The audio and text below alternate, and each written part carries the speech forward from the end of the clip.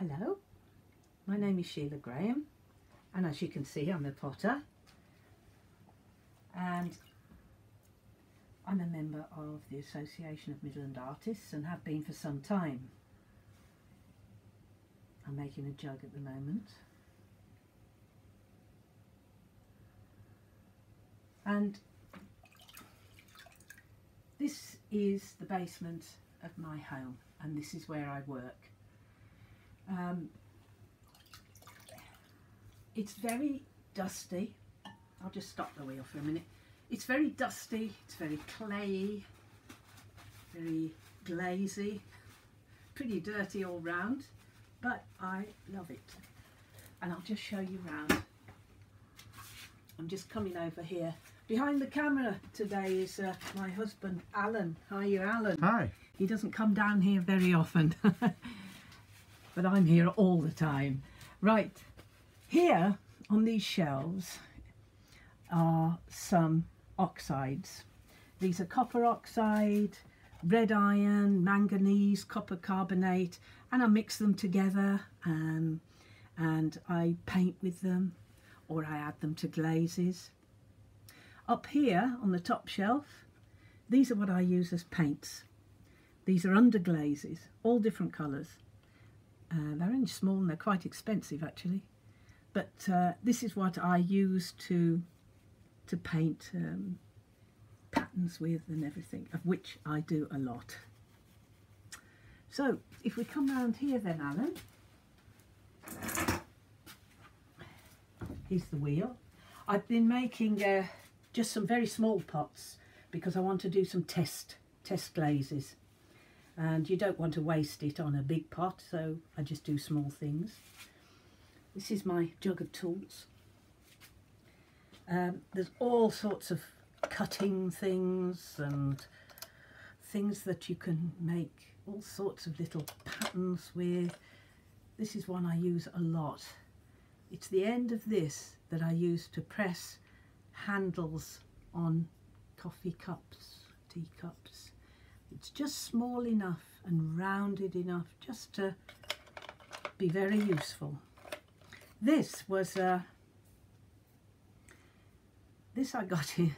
It was a children's set, and you know, it's one of the most useful pieces of equipment that I've got. These here are, they're sometimes called ribs, or they're called kidneys, and they're called kidneys for an obvious reason. I'll be using these to take the slurry off the outside of the pot before I take it off the wheel. Helps to dry it out a little bit, because the more water that I use to make the pot, the wetter obviously it becomes, and the outside of the pot just gets into a real sticky mess that you want to get off. This is an interesting rib. That would be a rib. This bit here, when I make, say, a teapot or a lidded pot, the gallery, it's known as the gallery, the bit that the lid sits on, will go in there, and as the pot turns round, it makes a lovely 90 degrees for your lid to fit into. And here we have Bucket City. Lots of buckets. Every workshop, potter's workshop, has a lot of buckets. These contain the slurry of all the different clays, black clays, speckled clays, porcelain, and a few in waiting. Always have a few spares. I never throw a washing up bowl away. Over here are some glazes. Not all, I don't use them all, and some of them are even empty, but I just don't like throwing the pots away. And then here I've got buckets again, and under there and up there, of liquid glaze that I use for dipping. And this one actually is called Lemon Zest, and it is the most popular glaze I have ever used. This is it. Absolutely wonderful. This was the underglaze paints that I use. Then I wax that, dip it in the glaze, and out it comes. It's just absolutely fabulous colour, and it is unbelievably popular. I think people have very pale coloured kitchens, and they like something like that to really have a bit of a splash.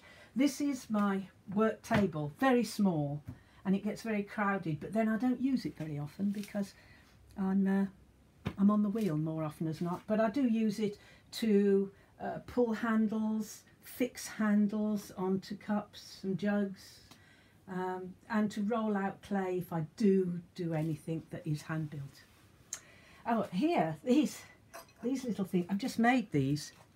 These are, it's not cork, it's this hard rubbery stuff that you get in some bottles of wine, usually French, and they're excellent for carving. And then I use them for stamps. Very good. They don't disintegrate as a cork would do. And then just over here is a real mishmash of stuff. Lace. I have lace. I've got quite a lot of lace. Lie that on the clay, roll it hard, press it hard, and then what you've got is the impression of the lovely lace on the clay. This is lava from the Canary Islands. I brought that back. I use that a lot. And then these lovely Indian blocks. Usually pick them up at the Peace Festival. And the shells, all sorts of things. Here I've got a lovely, you know, a mallet. Sometimes that's pretty handy. Marbles, all sorts of things. So this is the workshop, and I don't have a kiln in here. I wouldn't work with a kiln in here, but that is in another part of the basement that is quite separate. And so, well, I hope you've enjoyed having a little look into my world. Thanks a lot. Bye.